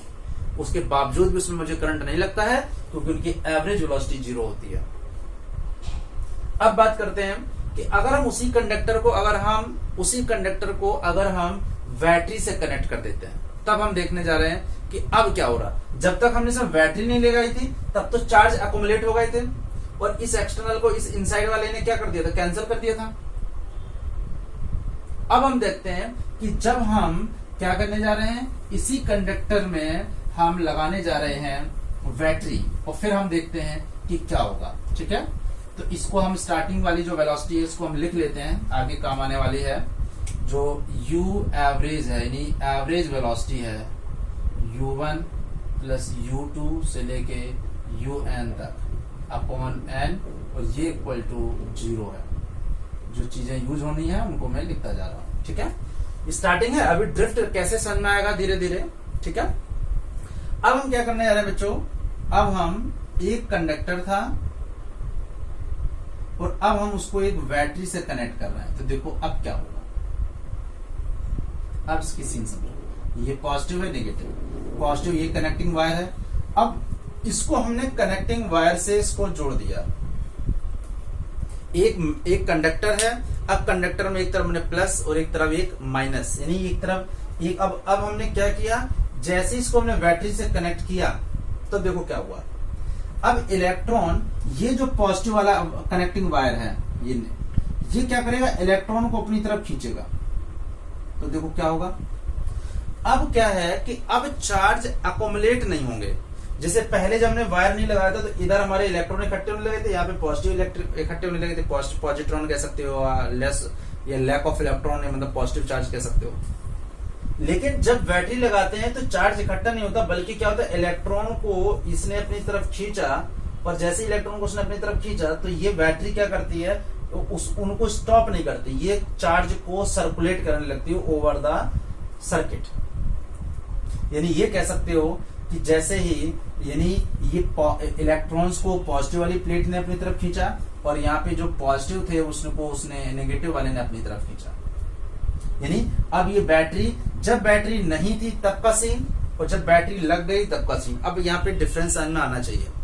जब बैटरी नहीं थी तो चार्ज को पाथ नहीं मिल रहा था, और जब पाथ नहीं मिल रहा था तो वहीं इकट्ठे होने लगे, एक साइड पॉजिटिव और एक साइड नेगेटिव। और उस ई जिसको हम बोलते थे इंड्यूस, वो ई इंड्यूस और एक्सटर्नल वाले के अपोजिट थी। जो इनसाइड वाली थी दैट इज इंड्यूस, हम कह सकते थे, मैंने वहां पे इंड्यूस नहीं वर्ड बोला। जब चार्जेस एक्युमुलेट होते हैं तो वहां पे इंड्यूस चार्ज हो जाता है। ठीक है, ओके। तो अब हमारा क्या है कि अब हम देखने जा रहे हैं कि जब हम यहाँ पे जब when we connect the battery, तो अब क्या होगा। अब क्या होगा कि जैसे इलेक्ट्रॉन को उसने अपनी तरफ खींचना स्टार्ट किया, तो ध्यान दो, जैसे इलेक्ट्रॉन को उसने अपनी तरफ खींचा तो अब क्या हुआ, एक यहाँ पे एक electric field, external electric field लग गई, प्लस से नेगेटिव। देखो तो इलेक्ट्रॉन का मूवमेंट इधर होने लगा।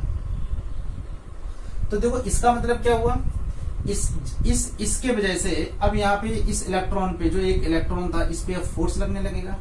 तो अब हम देखते हैं फोर्स ऑन, जब जैसी बैटरी लगी, बैटरी मैंने लगाई तो एक एक्सटर्नल इलेक्ट्रिक फील्ड है, तो इलेक्ट्रिक फील्ड से opposite to the electric field एक फोर्स लगने लगेगा। तो अब मैं लिखने जा रहा हूं फोर्स ऑन एन इलेक्ट्रॉन।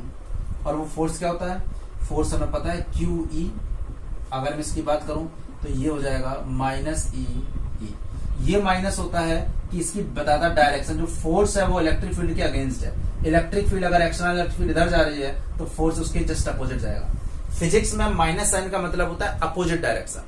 अगर इलेक्ट्रिक फील्ड की डायरेक्शन ये है तो इलेक्ट्रिक जो फोर्स, जो इलेक्ट्रॉन में फोर्स लग रहा है वो ये है।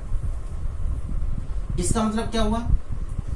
इसका मतलब जब फोर्स लग रहा है तो इलेक्ट्रॉन पे मास भी होता है। भले ही इलेक्ट्रॉन का मास बहुत छोटा है बट मास है, उस पर फोर्स लग रहा है। इसका मतलब क्या हुआ? उस एक्सेलरेट भी करेगा। ठीक है, अगर हम देखें, अगर हम एक्सेलरेशन देखते हैं कि इलेक्ट्रॉन पे, ये इलेक्ट्रॉन पे ये एक्सेलरेशन कितना लग रहा है, तो हम देखने जा रहे हैं acceleration on electron, acceleration of electron. तो ये एक्सेलरेशन क्या होगा? एक्सेलरेशन पता है, फोर्स अपॉन मास। तो ये जो एक्सेलरेशन होगा बेटा वो होगा minus E upon M. This is the acceleration. ध्यान देना, जहां पे एम क्या है? E charge of the electron, E is the electric field and M is the mass of the electron. लिखते भी जाओ, M क्या है? M is mass of electron. तो यहां पे लिखते जाओ, A हो गया minus E upon M, acceleration आ गया। ठीक है, अब देखो इलेक्ट्रॉन जैसे ही इस पे फोर्स लग रहा है और एक्सेलरेशन भी लग रहा है माइनस ई अपॉन एम। इसका मतलब क्या हुआ? इलेक्ट्रॉन जब एक्सेलरेट हो रहा है, अब आओ जो मैंने पहली लाइन लिखी थी इस लेक्चर की, उसमें मैंने बताया था कि अगर इलेक्ट्रॉन रेस्ट पे है तो इलेक्ट्रोपोटेंशियल और इलेक्ट्रिक चार्ज, और जब इलेक्ट्रॉन मोशन पे है तो मैंने दो केस बताए थे। केस नंबर 1 जब इलेक्ट्रॉन कांस्टेंट वेलोसिटी से, केस नंबर 2 जब कांस्टेंट एक्सेलरेशन से, सॉरी कांस्टेंट नहीं एक्सेलरेशन से। तब मैंने बताया था अगर इलेक्ट्रॉन कांस्टेंट वेलोसिटी से तो इलेक्ट्रिक करंट, और अगर एक्सेलरेटेड होगा, अगर चार्ज पार्टिकल एक्सेलरेटेड मोशन पे होगा तो उस समय इलेक्ट्रोमैग्नेटिज्म। बच्चों यहां पे दिमाग लगाओ और मुझे बताओ, जब ये चार्ज इलेक्ट्रॉन एक्सेलरेट हो रहा है तो फिर ये इलेक्ट्रिक करंट का केस कैसे हुआ? फिर तो यहाँ पे इलेक्ट्रोमैग्नेटिज्म होना चाहिए, क्योंकि यहाँ पे एक्सेलरेट हो रहा है, इलेक्ट्रॉन इज एक्सेलरेटेड। जिन बच्चों को यहाँ पे कॉन्ट्रडिक्ट नहीं लग रहा है वो पहले वाले नोट्स पे जाएं और उसको चेक करें कि एक्सेलरेटेड मोशन का केस तो मैंने पढ़ाया था इलेक्ट्रोमैग्नेटिज्म में। फिर एक्सेलरेटेड वाला केस यहाँ क्या कर रहा है, तो अब देखते हैं। देखो बच्चों, ये इलेक्ट्रॉन एक्सेलरेट तो होता है, ये इलेक्ट्रॉन ऐसा नहीं एक्सेलरेट नहीं होता, लेकिन यहां पे एक्सेलरेट तो हो रहा है, लेकिन एक्सेलरेट होने के बाद में होता क्या है कि जैसे ही उसने एक्सेलरेट किया, अब इतना टाइटली पैक्ड इलेक्ट्रॉन्स होते हैं, नंबर ऑफ इलेक्ट्रॉन्स बहुत ज्यादा होता है, तो होता क्या है, जो इलेक्ट्रॉन्स अपने एटम को छोड़ के निकल रहे हैं, तो उसमें जब इलेक्ट्रॉन्स निकलता है तो यहाँ पे एक पॉजिटिव नहीं बन जाता। मैंने पढ़ा है केमिस्ट्री में, थोड़ा देखो, सोडियम से जब एक इलेक्ट्रॉन निकलता है तो Na+ बन जाता है। तो जब एक इलेक्ट्रॉन निकला तो इसमें बहुत सारे आयंस भी तो इकट्ठे हो जाते हैं। अगर नंबर फ्री इलेक्ट्रॉन्स हैं तो number of numbers positive ions भी हैं जिनसे वो इलेक्ट्रॉन्स निकले होंगे, वो रेस्ट ऑफ द एटम, जिसको हम आयंस कह सकते हैं अभी थोड़े से रफली लैंग्वेज में, उसको हम बोलते हैं कर्नल्स। कर्नल्स का मतलब समझ में आ रहा है? कर्नल्स, ये कर्नल्स आर्मी वाला कर्नल नहीं, मेजर कर्नल नहीं है। कर्नल्स होता है कि अगर सोडियम से एक इलेक्ट्रॉन निकल गया तो इलेक्ट्रॉन निकलने के बाद जो पॉजिटिव बचा हुआ rest of the atom, that is called the colonel's. तो मुझे बताओ, जब ये इलेक्ट्रॉन एक्सेलरेट हो रहा है, लेकिन यहाँ पे पॉजिटिव वाला आयंस भी तो है, तो ये तुरंत इसको क्या कर देता है? हिट कर देता है। और ये बहुत टाइट है, संख्या में भी बिलियंस ऑफ बिलियंस है। मतलब क्या हुआ, ये इलेक्ट्रॉन्स जैसे ही एक्सेलरेट हुआ, अब इस बेचारे की कहानी समझने की कोशिश करो, जैसे एक्सेलरेट हुआ वैसे ये हिट कर गया किस पे? एक यहाँ पे बगल में कर्नल्स था। तो जैसे ही एक्सेलरेट हुआ वो जरा उसने हिट किया या कोलाइड हुआ, फिर वो रेस्ट पे हो गया। दूसरा जरा सा एक्सेलरेट हुआ, इस फोर्स की वजह से जरा सा एक्सेलरेट हुआ, वो भी जो एक कर्नल एटम्स है, जो आयंस है पॉजिटिव, क्योंकि पॉजिटिव की तरफ तेजी से वो हिट हुआ, रेस्ट पे हो गया। रेस्ट का मतलब ये नहीं कह सकते हैं कि तुरंत वो अपनी जो एक्सेलरेट के होने पे जो उसने वेलोसिटी को गेन किया था, तुरंत ही उसने जो वेलोसिटी उसने गेन की थी एक्सेलरेशन की वजह से, तुरंत वो वेलोसिटी को लॉस कर देता है। वो फ्री इलेक्ट्रॉन एक्सेलरेट हो ही नहीं पाता है, ये समझने की बात है। ये एक्सेलरेशन है तो, लेकिन ये बेचारा इलेक्ट्रॉन एक्सेलरेट होने की कोशिश तो करता है, लेकिन बगल में तुरंत ही इमीडिएट कैर्नल एटम्स है, पॉजिटिव एटम्स भरे पड़े हैं उसमें, वो उनसे जैसे ही वो हिट करता है, वैसे हिट करने पे वो गेन इन वेलोसिटी, एक्सेलरेशन का मतलब क्या हुआ, वेलोसिटी बढ़ना, तुरंत ही वो लास्ट कर जाता है, उसको खो देता है। तो ये होता क्या है, ये अब क्या इलेक्ट्रॉन रेस्ट पे हो जाता है? नहीं, इलेक्ट्रॉन की जो थर्मल वेलोसिटी है वो तो अभी भी रहती है। इसका मतलब क्या हुआ, जो इलेक्ट्रॉन थर्मल वेलोसिटी से जिगजैग घूम रहा था ऐसे, वो तो चलता रहता है, लेकिन जैसे उसने कर्नल से हिट किया, फिर वो नए सिरे से कहानी चालू करता है, फिर वो रैंडम मोशन करता रहता है, फिर जैसे इस इलेक्ट्रिक फोर्स की वजह से आगे बढ़ा तो फिर किसी कर्नल से हिट कर जाता है। तो मतलब क्या हुआ, ओवरऑल सीन ये होता है कि इलेक्ट्रॉन एक्सेलरेट नहीं हो पा रहा है। क्यों नहीं हो पा रहा है? क्योंकि थर्मल वेलोसिटी की वजह से वो जिगजैग मोशन तो कर रहा है, लेकिन वो साइड में जैसे ही कर्नल से और कोलाइड करता है, तो नेट जो उसकी वेलोसिटी है, यानी इलेक्ट्रॉन बहुत धीरे धीरे धीरे धीरे धीरे धीरे वेलोसिटी से मूव करता है। ये बहुत इंपॉर्टेंट चीज समझने की बात है। मतलब क्या हुआ, इलेक्ट्रॉन की वेलोसिटी वैसे तो बहुत ज्यादा होनी चाहिए थी, लेकिन वो हिट कर जाता है, वेलोसिटी को लॉस्ट करता है। इसकी वजह से क्या होता है कि इलेक्ट्रॉन की कहानी ऐसे होती है कि पहले तो वो इस तरह से मोशन में है, और फिर जैसे ही बढ़ा तो उसने फिट किया, फिर यानी इलेक्ट्रॉन ऐसे तो थर्मल वेलोसिटी की वजह से तो बहुत तेजी से मूव कर रहा, लेकिन इस फोर्स की वजह से थोड़ा आगे, यानी खिसक खिसक के, यानी हल्का हल्का हल्का हल्का हल्का इलेक्ट्रॉन इधर मूव कर रहा है। इसका मतलब क्या हुआ, इसका मतलब ये हुआ कि इसमें दो तरह के सीन हुए। एक तो थर्मल की वजह से इलेक्ट्रॉन ऐसे जा रहा है, लेकिन जब इस फोर्स की वजह से वो एक्सेलरेट होता है तो बहुत थोड़ा एक्सेलरेट हो पाता है। मतलब इलेक्ट्रॉन ये तो जा ही रहा है, साथ में थोड़ा थोड़ा थोड़ा थोड़ा करके खिसक रहा है। इसलिए हम कहते हैं कि जो एवरेज वेलोसिटी होती है ड्रिफ्ट की, वो एक्सेलरेट नहीं कह सकते, वो बहुत कम होती है। मतलब इलेक्ट्रॉन तो में ऐसा लगेगा जैसे धीरे धीरे धीरे धीरे खिसक खिसक के बढ़ रहा है। मतलब ऐसा नहीं कि इधर नहीं जा रहा, ऐसे जा रहा है, फिर हल्का सा बढ़ा, फिर ऐसे जा रहा, मतलब ऐसे जाता जा रहा है और आगे खिसकता जा रहा है। दोनों चीजें समझ में, थर्मल वेलोसिटी और ये ड्रिफ्ट वेलोसिटी। ड्रिफ्ट वेलोसिटी क्या होती है, इसलिए ये कांस्टेंट वेलोसिटी होती है। Drift is the constant velocity, जो कि बहुत कम होती है। इसका मतलब क्या हुआ, इसका मतलब हुआ कि अगर हम एक सीन देखते हैं, अगर तुमसे बोला जाए कि ड्रिफ्ट वेलोसिटी क्या है, तो अगर एक इलेक्ट्रॉन यहां पे था, समझ लो एक इलेक्ट्रॉन, अब ये इलेक्ट्रॉन यहां गया और यहां पे एक कर्नल से उसने हिट किया, ठीक है। इसके बाद इलेक्ट्रॉन यहां गया, फिर इसने इस कर्नल से हिट किया, फिर इलेक्ट्रॉन इधर गया, फिर इसने इस कर्नल से हिट किया, फिर क्या हुआ, फिर इलेक्ट्रॉन इधर गया, इस कर्नल से हिट किया, फिर इलेक्ट्रॉन इधर आया, इस कर्नल से हिट किया। तो हो क्या रहा, अगर ये इलेक्ट्रिक फील्ड लग रही है ई एक्सटर्नल, मैंने एक एग्जांपल लिया, तो इलेक्ट्रॉन तो केवल इतना ही बढ़ा, ये इलेक्ट्रॉन ने इतनी डिस्टेंस तो कवर की है, इसलिए एवरेज स्पीड तो उसकी बहुत ज्यादा होती है। क्यों एवरेज स्पीड इसलिए ज्यादा होती है कि उसने एक्चुअल में डिस्टेंस तो बहुत ट्रेवल की है, इधर गया, फिर इधर गया, फिर इधर गया, इधर गया, घूमता रहा, ऐसे ऐसे। Thermal velocity, due to the thermal velocity, thermal velocity की वजह से इलेक्ट्रॉन ने बहुत ढेर सारी डिस्टेंस को कवर किया, इसलिए उसकी एवरेज स्पीड तो बहुत ज्यादा होती है। लेकिन इतनी सारी करने के बाद में एक्चुअल में पहले इलेक्ट्रॉन यहां था और बाद में इलेक्ट्रॉन यहां हुआ, यानी ये जो इलेक्ट्रॉन इतना ही केवल खिसका, और इसी को हम बोलते हैं ड्रिफ्ट। ड्रिफ्ट को अगर जनरल लैंग्वेज में बोलना होता है तो डेविएशन। इलेक्ट्रॉन एक्चुअल में कितना डेविएट हुआ।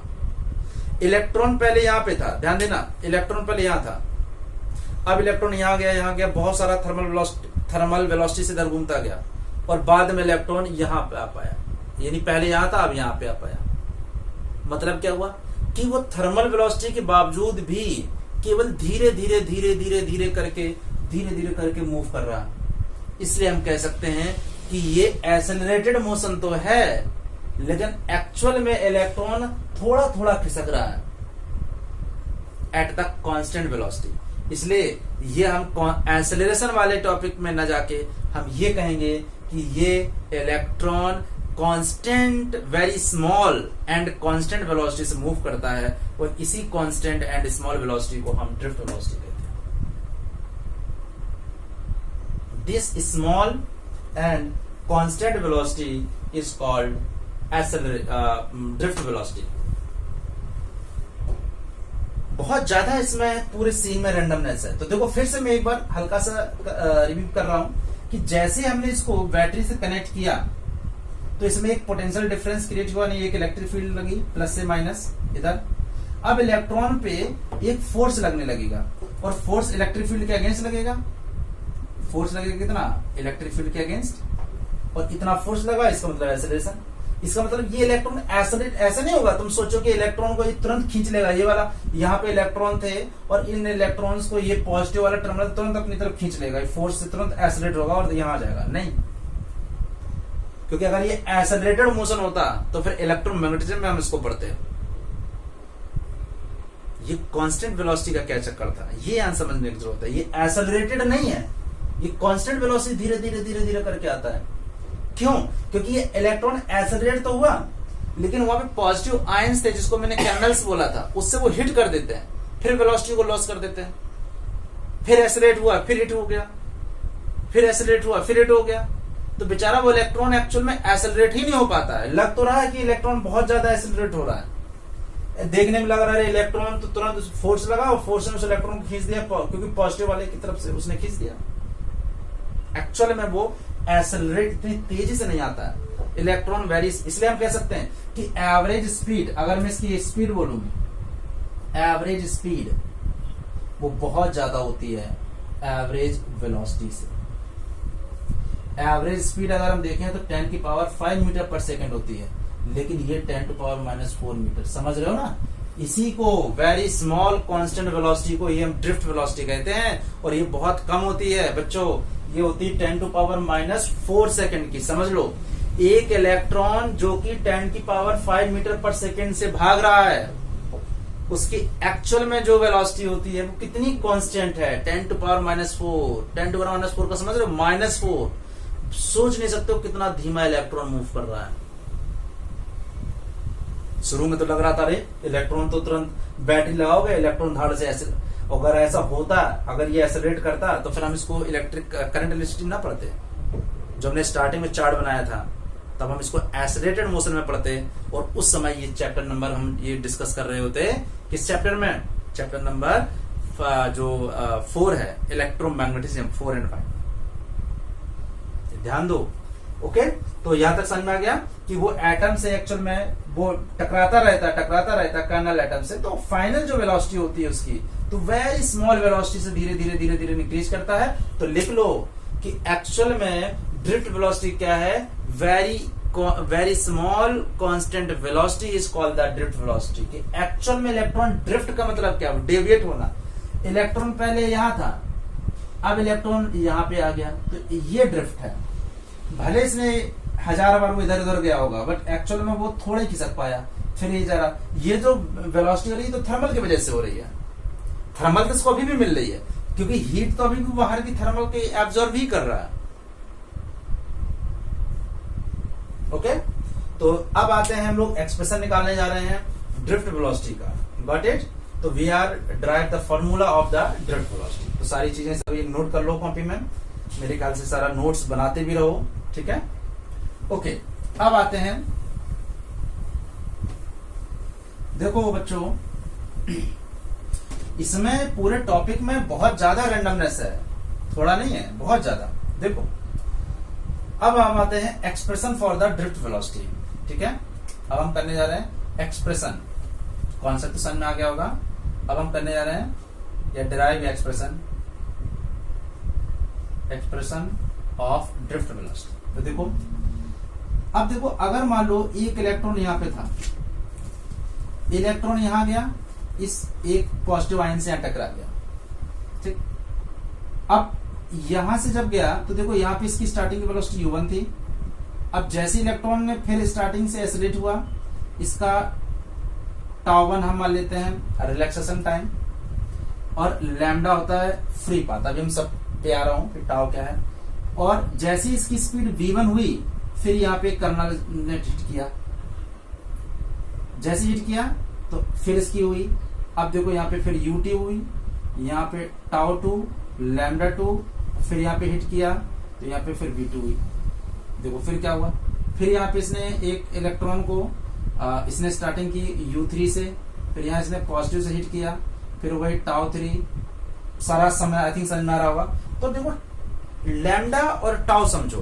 देखो टाउ जो होता है, this is the relaxation time, relaxation.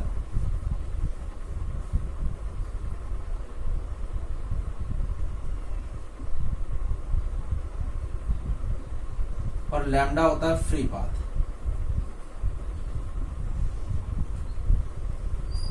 The relaxation.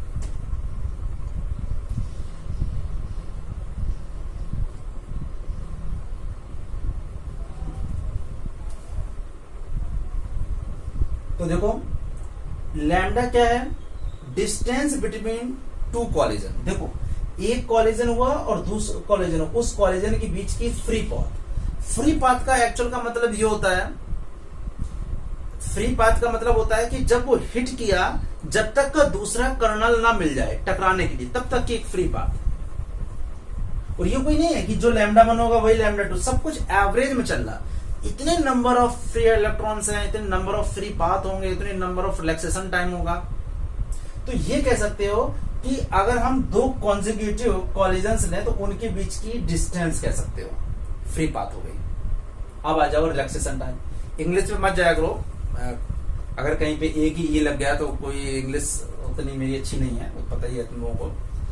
तो रिलैक्सेशन टाइम का मतलब क्या हुआ, रिलैक्सेशन टाइम का मतलब हुआ है कि अभी इस वाले इलेक्ट्रॉन इसको हिट किया, अब फर्दर जब वो हिट करेगा तो दो कॉलिजन, यानी ये कह सकते हो दो जो कॉन्जिक्यूटिव कॉलिजन के बीच का time difference, this is called the relaxation time. Relaxation time का मतलब क्या, नाम से पता चल रहा, पहले उसने पहले वो फोर्स लगा, उसकी वेलोसिटी बढ़ी, एक्सेलरेट हुआ इलेक्ट्रॉन, और एक्सेलरेट होने के बाद हिट कर गया, रिलैक्स हो गया, फिर उसने वेलोसिटी बढ़ी, आगे दूसरा एटम मिल गया पॉजिटिव आयन यानी कर्नल्स, फिर वो इसका मतलब क्या हुआ, कॉलिजन के बीच का टाइम, दो कॉन्जिक्यूटिव, कोई दो कॉलिजन है उसके बीच का time, this is called the relaxation time. Relax, speed उसकी बढ़ी, एक्सेलरेट तो हुआ लेकिन इलेक्ट्रॉन से टकरा गया, टकराने के बाद फिर वो लॉस कर गया एनर्जी को, रिलैक्स हो जाना। यानी टाइम, कितने टाइम के बाद वो एटम रिलैक्स हुआ है, कितने टाइम के बाद वो इलेक्ट्रॉन्स वो रिलैक्स हुआ है। मतलब रिलैक्स का मतलब क्या हुआ, रिलैक्स कोई बिस्तर तो नहीं पड़ा जो सो जाएगा, वो कर्नल से टकरा गया, टकराने पे क्या हुआ बच्चों, टकराने पे उसकी वेलोसिटी लॉस्ट कर गई, यानी वो रिलैक्स हो गया, दैट इज कॉल्ड, यानी ये कह सकते हो time between the two collision, this is called the relaxation time. और lambda is a free path, कोई दो कॉलिजन के बीच का फ्री पाथ। ओके, तो एक्चुअल में इलेक्ट्रॉन धीरे धीरे करके अब मान लो यहां पे आ गया, ठीक है, this is called the drift. यानी अगर हम बात करें कि पहले वाले इलेक्ट्रॉन, देखो बहुत सारी रैंडमनेस है, तो पहले के अगर हम देखें तो उसकी जो वेलोसिटी हुई, अगर हम इक्वेशन यूज करते हैं v1 equal to u1 plus a t, time की जगह क्या लेंगे τ1। दूसरे इलेक्ट्रॉन की वेलोसिटी, क्योंकि एक्सेलरेट हो रहा, इलेक्ट्रॉन ने यहाँ पे उसने लॉस्ट किया एनर्जी, और u1 u2 क्या है, थर्मल एनर्जी। इलेक्ट्रॉन टकराने के बाद भी जीरो नहीं होती है स्टार्टिंग, थर्मल एनर्जी तो अभी भी है, वो रैंडमनेस तो कर ही रहा है, ठीक है।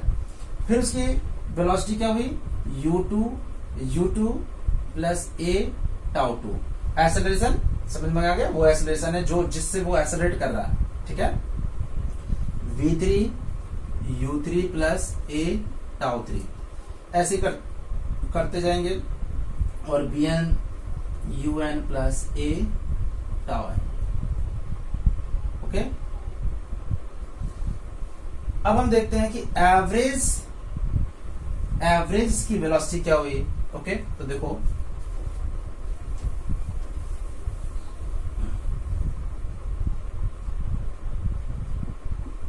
v1 plus v2 plus v3 से लेके vn अपॉन क्या हो गया।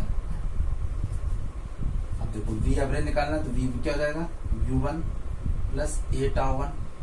सबको ऐड कर दें, जब ऐड करेंगे तो u1 u2 u3 एक तरफ हो जाएंगे। तो मैं सीधे सीधे कर रहा हूं, देखो v ये सब ऐड कर रहे हैं तो देखो u1 प्लस u2 से लेके un, और ये n हो गया, plus a tau 1 a tau 2 a tau 3 से लेके a टाउ, तो ए कॉमन ले लो, टाउ 1 टाउ 2 से लेके टाउ n तक कॉमन ले लो, अपॉन n हो गया। दिस इज v एवरेज, और इसी v एवरेज को बच्चों हम ड्रिफ्ट वेलोसिटी कहेंगे।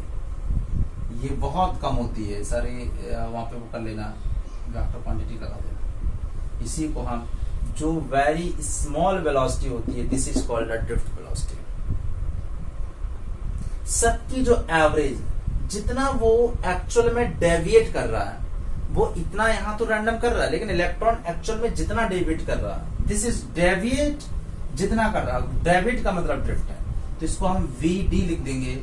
और ये तो मैं पता है कि ये 0 हो जाएगा, क्योंकि हमने स्टार्टिंग बताया था u average u1 plus u2 plus un ये 0 हो जाता, तो ये पूरा 0 हो गया। तो केवल क्या बचा, a, और t1 plus t2 plus t3 से लेकर tn तक ये हो जाएगा टाउ एवरेज, यानी रिलैक्सेशन का एवरेज ले लिया, टाउ एवरेज। और ए हमें पता है माइनस ई अपॉन एम, तो जो वीडी हो गया minus E upon M into tau average. This is called the drift velocity. तो बच्चों ये फार्मूला याद रखना है, बोर्ड में बहुत बार आ चुका है। जो एक्सप्रेशन है क्लियर हुआ, इसको पॉज कर करके बार बार देखते रहना। तो जो हम लोगों ने निकाला है ड्रिफ्ट वेलोसिटी में minus E upon M multiply by tau average. तो ये थर्ड है, पूरा आई थिंक नोट कर लिया होगा। इलेक्ट्रॉन देखो, पहले इलेक्ट्रॉन की थर्मल वेलोसिटी थी u1, पहले इलेक्ट्रॉन गया यहाँ पे कर्नल से हिट किया, हिट करने के बाद में उसकी स्टार्टिंग मान लो थर्मल की वजह से u1 हुआ, फिर ये एसिलेट हुआ, एसिलेट जैसे ही हुआ फिर इसकी वेलोसिटी एसिलेट होते होते v1 हुई, तुरंत ये दूसरे कर्नल से टकरा गया, फिर बेचारे की वेलोसिटी एकदम थर्मल वाली हो गई u2, फिर एसिलेट हुआ, फिर एसिलेट हुआ टकराना, फिर वो जीरो थर्मल वाली हुई, फिर एसिलेट हुआ, फिर टकराता रहता। इसकी मतलब क्या हुआ कि इसकी जो वेलोसिटी होती है वो बहुत कम वेलोसिटी होती है, बहुत कम वेलोसिटी होती है। ठीक है, तो ये हो गई तुम्हारी E upon M into tau average. तो कभी इसको याद भी रखना है कि कभी भी आ जाए कि ड्रिफ्ट वेलोसिटी क्या है, तो तुम ये कह सकते हो कि drift velocity is small and constant velocity, very small and constant velocity is called the drift velocity. Electron oscillate तो होता है, बट एक्चुअल में कितना जाता है इलेक्ट्रॉन, आई थिंक समझ में आ गया होगा ड्रिफ्ट का मतलब क्या हुआ। इलेक्ट्रॉन थर्मल की वजह से जिगजैग घूम रहा है, लेकिन एसिलेट भी हो रहा है, तो एसिलेट की वजह से जैसे आगे बढ़ता है तो आगे उसको पॉजिटिव आयन मिल जाता है, जिसको मैंने कर्नल बोला, तो उससे वो तुरंत हिट कर जाता है। तो जैसे हिट करता है तो उसकी फिर से वो जीरो हो जाती है, फिर वो इधर उधर घूम रहा है, फिर तो जो इधर आने की स्पीड है, यू कैन से वेलोसिटी, वो बहुत कम होती है। इसलिए कांस्टेंट वेलोसिटी मूव करता है, और this constant velocity which is very small in quantity, जो sorry small in numeric in 10 to power -4 metre per second, that is called the drift velocity. ठीक है, तो लिख लो। अब हम देखते हैं इसमें, अगर हमें ये पता है कि ई और वी का क्या सीन होता है, ठीक है, तो अगर हम यहाँ पे देखें कि हमने ये निकाल लिया V D equal to minus E upon M into tau average. Okay, ये हमने बताया। अब देखो मुझे पता होता है, हमें पता है कि E equal to minus DV by D R होता है, शायद सबको पता होगा। अगर हम मैग्नीट्यूड की बात करें तो माइनस को इग्नोर कर देते हैं, तो डीवी इक्वल टू क्या हो गया, ई इंटू डी आर। ठीक है, तो यहाँ से v इक्वल टू क्या हो जाता है, ई इंटू एल। अगर यहाँ पे इसका मतलब क्या हुआ, अगर मुझे ई लिखना होता है इसको हम V/L लिख सकते हैं। तो अगर हमें जनरली हमें इलेक्ट्रिक फील्ड ने अगर मुझे इलेक्ट्रिक पोटेंशियल के बारे में चीज लिखनी होगी तो इस ई को हम रिप्लेस कर देंगे किससे, अगर इस ई को लिख दूंगा V/L से, तो देखो क्या हो जाएगा, VD equal to E V/L, यहाँ एम हो जाएगा इंटू टाउ एवरेज। इसका मतलब क्या हो गया, ई को हमने क्या लिख दिया V/L। इसका मतलब अगर हमें इसकी ड्रिफ्ट वेलोसिटी की निकालनी हो EV/ml इंटू टाउ एवरेज, ये फॉर्मूला आ गया VD का। माइनस लगा देना, सब कोई दिक्कत नहीं है, ठीक है। माइनस माइनस कैंसिल, अगर ई की जगह माइनस यहाँ लेते V/L तो कैंसिल हो जाएगा, माइनस से उतना कोई नहीं है। ड्रिफ्ट वेलोसिटी तो हमें पता है कि अगर इलेक्ट्रिक फील्ड इधर जा रही है, अगर इलेक्ट्रिक फील्ड इधर लगी तो इलेक्ट्रॉन हमेशा इलेक्ट्रिक फील्ड के अगेंस्ट ही मूव करता है, ठीक है। एक्चुअली कन्वेंशन ही इलेक्ट्रॉन का होता है। एक चीज समझ लो कन्वेंशन में कि अगर इलेक्ट्रिक फील्ड इधर लग रही है तो इलेक्ट्रॉन इधर जा रहा है, और याद रखो इलेक्ट्रॉन अगर इधर जा रहा है मतलब करंट उधर जा रहा होगा। इलेक्ट्रॉन की डायरेक्शन के अपोजिट करंट फ्लो होता है किसी कंडक्टर में। अगर मान लो अगर इलेक्ट्रॉन इधर जा रहा है, ये इलेक्ट्रॉन इधर मूव कर रहा है तो मतलब करंट इधर जा रहा होगा, इस कंडक्टर में करंट इधर जा रहा होगा, ठीक है। तो ये आ गया। मेन है कि drift velocity equal to minus PE/m into tau average. Tau average is the relaxation time, E is the electric field, M is the mass of the electron, E is the charge of the electron, ठीक है। Free path क्या होता है, जो terms आते हैं मैं दोबारा एक्सप्लेन करता हूँ। फ्री पाथ दो कॉन्जुगेटिव कॉलिजन के बीच की डिस्टेंस, पहले की टाउ 1 फिर टाउ 2 फिर टाउ 3 फिर टाउ 4 टाउ 5 से लेकर टाउ n तक। रिलैक्सेशन टाइम होता है जब रिलैक्स हो जाए इलेक्ट्रॉन, यानी पहले एसिलेट हुआ फिर टकरा गया, तो फिर जितने एसिलेट हुआ था फिर वो बेकार जीरो हो गई। फिर स्टार्टिंग कहां से करेगा, वैसे E2 से करेगा स्टार्टिंग, थर्मल वेलोसिटी से, जिसको रूम टेम्परेचर से मिल रही है, ठीक है, बाहर से मिल रही है, उस हीट के वजह से जो वाइब्रेट करते हैं, है ना। ओके, तो रिलैक्सेशन टाइम यानी दो कॉलिजन के बीच का time, path free path, two collision के बीच का पाथ डिफरेंस। और ये फॉर्मूला हमारा फाइनल आया ड्रिफ्ट वेलोसिटी का।